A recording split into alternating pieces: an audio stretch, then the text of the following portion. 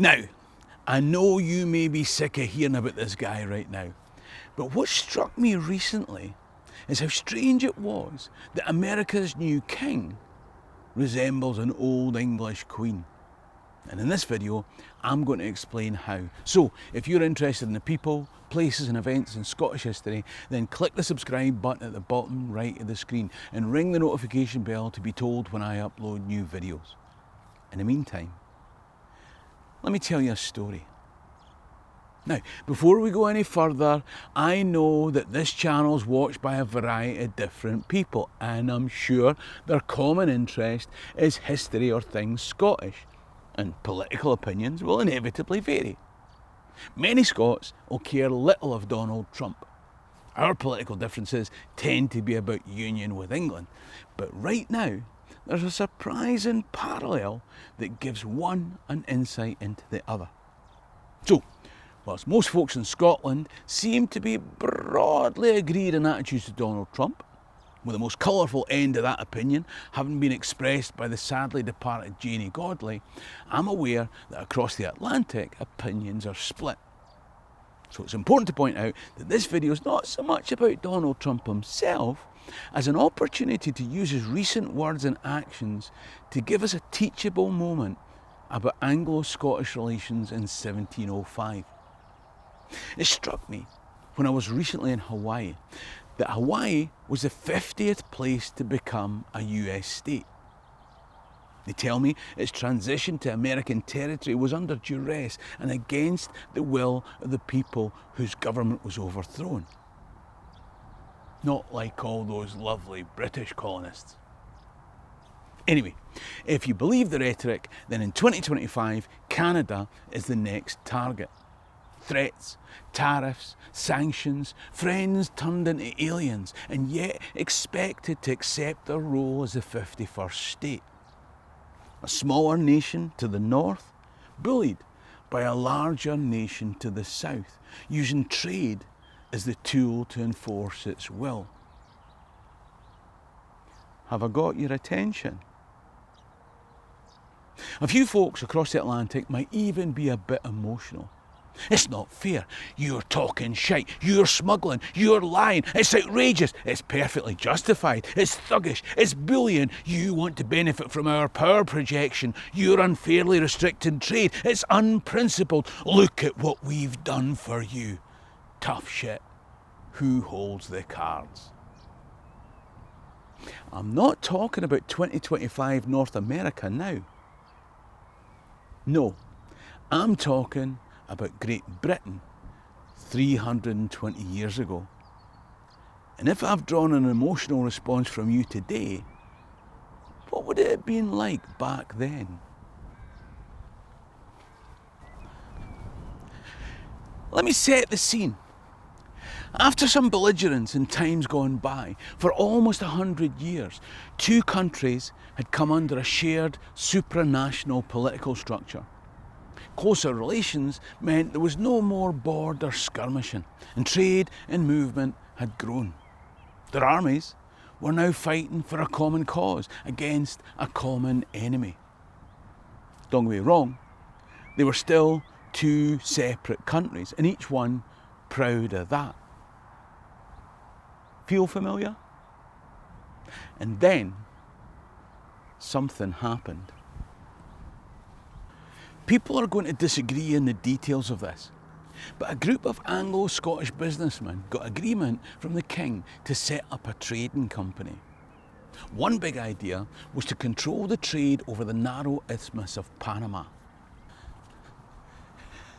Now it turns out that some people in the bigger southern country thought that they might lose out in trade to the smaller northern country. So they passed laws to restrict trade with that smaller northern country that in a dangerous, competitive world would cause their project to fail. If you believe the fake news of the CNN and the MSNBC. Of course, everyone in England listened to the fox. So, for the last 300 years, they've been fed a different diet of information. It was all the jocks. That's the reason for our United Kingdom, because Scotland came cap in hand to England to bail her out. Why? Well, they've been so stupid and waste and fraud and fiscal responsibility. The reason for the union was that Scotland wanted England to subsidise it with cash. That's the story that we've been told year after year. Scotland wanted the union so that England would bail it out after the Darien disaster. That was the whole Panama nonsense thing. Now, the Darien disaster was in 1698 to 1700, and let's be under no illusion, we were in a fix. But 4 years later, little impoverished Scotland, who apparently came running looking for a union, was still rejecting that union on which London was insisting. Was Scotland really asking for cash from England? Or was it rather that they wanted free trade? Would Scots do it better? Could they, without the protective umbrella of the Royal Navy? It was because the Scots, who've been told were so desperate to run and join Mother England for a big bag of cash, refused to consider an incorporating union, that in 1705 the English Parliament passed the Aliens Act. It seems that on the 6th of December 1704, two bills were proposed in England's Parliament. One offered Scotland fresh negotiations for a unified free trade area, but with full incorporating union and a single parliament in London, the 18th century equivalent of a 51st state. The other bill that set out the threat of what would happen if Scotland didn't take up the offer was the Aliens Act. This set out to ban exports of Scottish products to English markets: cattle, sheep, coal, linen. Being treated as aliens would also lose Scots key privileges under English law, endangering inheritance and property rights to assets that they held in England, unless the Scottish Parliament entered into those negotiations for union and accepted the Hanoverian succession by the 25th of December 1704. Now, I'm hoping that in a few months we can all be friends enough that Americans, Canadians, Aussies, Kiwis and any other of Jock Tamson's bairns, including the English, will want to come to Scotland. I offer exclusive tours twice a year for a group of up to 25 people. There's a fantastic 11-day trip in September, so check if there are still places left in that. But in April 2026, I'll be taking an absolutely fabulous Jacobite tour. This will be brilliant. In 8 days, I'll take you to Edinburgh, Perthshire, Stirling, Killiecrankie, Sheriffmuir, Glenfinnan, Glencoe and Culloden. I'm going to tell you the Jacobite story from start to finish, with some really special moments and select visits to key castles and grand houses, and gathering points along the way that'll tell this tale. And yes, it'll be something for the Outlander fans as well. The tour will include fabulous hotels like Dunkeld House with full board and me as your guide. Click the link top right or in the description below, and of course you can always email Alexis at scotlandhistorytours.co.uk. The Aliens Act became law with royal assent on the 14th of March 1705. Specifically, this Act for the effectual securing of the Kingdom of England, etc., etc., etc., said that from and after the 25th day of December 1705, no person or persons being a native or natives of this Kingdom of Scotland shall be capable to inherit any lands within this Kingdom of England, or to enjoy any benefit or advantage of a natural born subject of England, But every such person shall be from henceforth adjudged and taken as an alien, born out of the allegiance of the Queen of England, who was also the Queen of Scotland, by the way. Now, some propaganda gets repeated so often that it becomes sunk in the consciousness.